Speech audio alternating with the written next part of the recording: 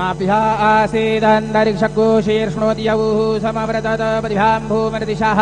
सुरोत्रात् तथा लोकाम् अकल्पयन् चतुष्कोणमण्डलं कृत्वा तदुपरि नैवेद्यपात्रं निधायो गायत्रीमन्त्रेण पात्रान् सम्प्रोक्षयेतो धेनवाः अमृते कृत्य ऋतन्द्वा सत्येन परिखिञ्जामि नैवेद्यं निवेदयामि ॐ प्राणायो स्वाहा ॐ अपानायो स्वाहा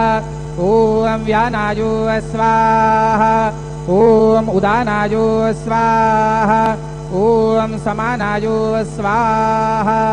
ॐ ब्रह्मणे नमः नैवेद्यमतिः पानीयं समर्पयामि पुनर्नैवेद्यं निवेदयामि ॐ प्राणायो स्वाहा ॐ अपानायो स्वाहा ॐ व्यानायो स्वाहा ॐ उदानायो स्वाहा ॐ समानायो स्वाहा ॐ ब्रह्मणे नमः नैवेद्यं समर्पयामि